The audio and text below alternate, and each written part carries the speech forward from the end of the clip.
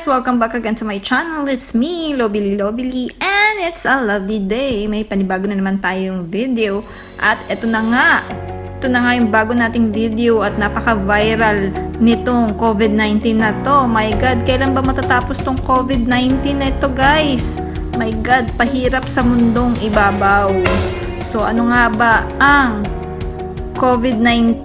Ano bang epekto nito sa ating ekonomiya? So, tingnan natin. Samahan niyo ako. Coronavirus impact to the Philippines economy. Ano nga ba ito? Nang dahil sa patuloy na pagdami ng kaso ng coronavirus, patuloy din naapektuhan ang pag-unlad ng ekonomiya ng mga bansa. Dito sa Pilipinas, ang tourism industry, business and trade industry at real estate industry ang pinaka-apektado sa lahat ng aspeto. Paano nga ba naka-apekto ang coronavirus spread sa ating bansa? So, unahin natin ngayon ang tourism industry. Tourism industry is a major contributor on Philippines' economy's growth. 12.7% of our economy comes from tourism. Ang pinakamalaking populasyon ng tourist dito sa Pilipinas ay mga Chinese. According to Department of Tourism, on the first 10 months of 2019, approximately 1.49 million of Chinese tourists visited the Philippines. Tourism officials targets to attract 4 million Chinese tourists by 2022. Unfortunately, this coronavirus outbreak happened. Obviously, inaasahan na ang major impact sa tourism industry dahil sa travel ban na pinapatupad ng ating bansa. Our country closed its borders temporarily to China and other high-risk countries sa coronavirus infections. So, sa patuloy na pagpapatupad ng mga preventive measures ng ating government upang hindi na tuluyang kumalat sa bansang coronavirus, tuluyan nang ipinatupad ang travel ban. Imbis na maraming turista ang nagpupunta at bumibisita sa ating bansa sa pagkakataong ito, ay nababawasan ito dahil na din sa paghihigpit ng ating government sa mga pumapasok sa bansa. Isa pa, madami din na nagka-cancel ng mga flights or di sumisipot sa kanilang scheduled flight dahil na din sa takot at banta ng pagkahawa sa virus. Instead of more increase of tourism rate this 2020, it decreases and slow down due to the effect of coronavirus. This outbreak would estimate incur about 22.7 billion pesos monthly loss for tourism revenue at posibleng tumagal ito ng 5 hanggang 6 na buwan. Ang decrease of tourism rate can also result into decrease of potential customers for hotels, transient houses, or any rental facilities accommodations tourists. Therefore, coronavirus impact on tourism industries also have after effect on our real estate industries.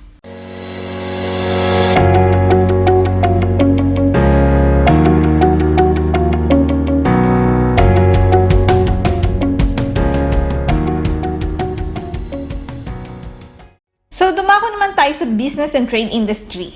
Ano nga bang magiging epekto nito? Ang Pilipinas ay may sustained economic growth na 6.3% mula 2010 hanggang 2018. The growth slowed down to 5.5% in the first half of 2019. Ang coronavirus impact ay inaasahan na magre-resulta sa subdued growth ng Philippines economy this 2020, tulad na lamang ng trading industry. Ang China ang top partner ng Pilipinas sa usaping pangkalakalan. China ang biggest importer ng Pilipinas. 20% ng mga produkto ay imported from China. Sumusunod lamang ang Korea at Japan na may 10% bawat isa. Dahil sa coronavirus spread, naghigpit ang gobyerno ng Pilipinas sa pag-i-import ng mga produkto galing sa iba't ibang bansa, especially sa mga bansa na may high risk of coronavirus infections tulad ng China. Idagdag pa ang temporary ban sa pag-i-import ng mga produktong galing China. Maingat din ang gobyerno natin sa pag-i-import ng mga produkto galing sa iba pang mga bansa. Ginagawa ito ng gobyerno para makaiwas sa further infections and spread ng coronavirus dito sa Pilipinas. Hanggat maaari, kailangan ma-check ng mabuti sa mga daungan ng mga produkto bago maipasok sa loob ng bansa. Another thing, due to coronavirus outbreak, mayroong limit sa kung anong produkto ang pwedeng i-import ng Pilipinas galing sa ibang bansa, especially sa mga countries na may mataas na virus infections rates. So sa ngayon, may malaking chance na pagbabasa rate ng business and trade industry dahil sa limit at higpit ng gobyerno. Ngunit ang ating pamahalaan ng Pilipinas ay naghahanap ng mga alternate sources upang patuloy na masustain ang growth ng business and trade industries. So, tignan naman natin kung ano magiging epekto nito sa real estate industry. Ang real estate ay isa sa mga competitive industries dito sa Pilipinas. Malaki na din ang pag-unlad ng Pilipinas sa usapin ng real estate. Sa dami ng real estate properties dito sa Pilipinas, hindi lang mga Pilipino kundi pati mga foreigners ang nag-eenganyong kumuha ng property dito sa Pilipinas. Hindi naman masyadong apektado ang real estate industry dito sa Pilipinas unlike sa ibang bansa na sobrang apektado ng virus tulad ng China, Korea at iba pang high-risk countries. Sa ibang bansa, madaming real estate properties ang nagsasara sa panandaliang dahil sa dangerous effect ng coronavirus. Mostly restaurants, malls, and hotels ang hindi muna nag-ooperate dahil na din sa epekto ng coronavirus outbreak. Dahil ang mga potential customers or tourists ay pinipili na lamang magstay sa bahay. So, idagdag natin ang Philippines Offshore Gaming Operators or mostly known as POGO ay isa sa pinakamalaking business industry dito sa Pilipinas. After our President approved the Executive Order 13 of 2016, giving the authority for POGO to operate here in the Philippines, ay nagsimula na itong mag-establish ng mga offices at building dito sa Pilipinas. Most of the operators and employees are Chinese citizens. Illegal sa China ang casino, so Chinese businessmen tends to find alternate ways on how they will satisfy their desire to gamble, and their number one choice is to do it here in the Philippines through online gambling. That is the reason why POGO started to enter here in the Philippines. Since POGO is one of the big industries dito sa Pilipinas, almost overtaking BPO industry's span of 3 years, it occupies 27% of office space here in the Philippines. Obviously, it's a big advantage to our real estate industry where this particular organization is demanding much of property. In addition, as mentioned earlier, mostly the POGO employees are Chinese citizens, so the demand of residential real estate is also booming.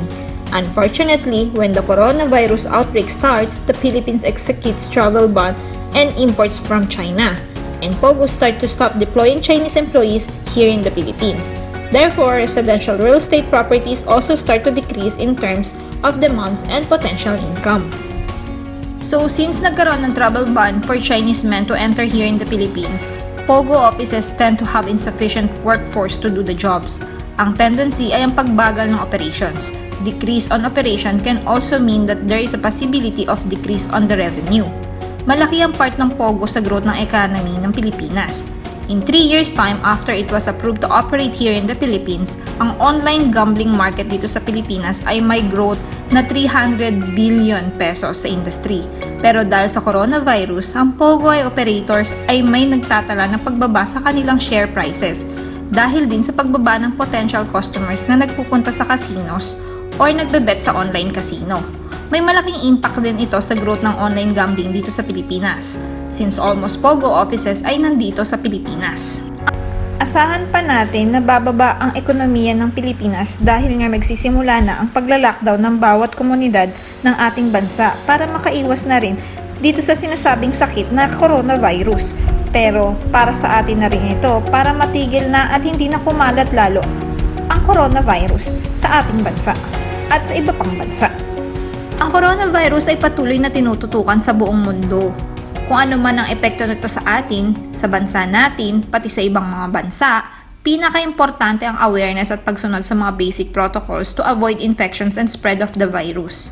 Ang impact nito sa economical growth ng Pilipinas ay sumusukat lamang kung gaano katatag ang ating pamahalaan upang ma-overcome ang ganitong crisis. Though hindi naman total crisis ang coronavirus dito sa Pilipinas, there's still a chance for greater risk. Much better to be always aware of what is happening on our country, even worldwide. A proper awareness can help to lessen the risk of infections. There is a saying, there's always a rainbow after the rain. Let us be mindful that this virus will not stay forever. In due time, it will be gone. All the happening that give us fright and panic will be alright. Kung ano man ang kinakarap ng buong mundo, matatapos din ito. Lahat ng effect and loss will somehow return in a different way. Let us all keep our faith. So, see you and thank you for watching! Bye!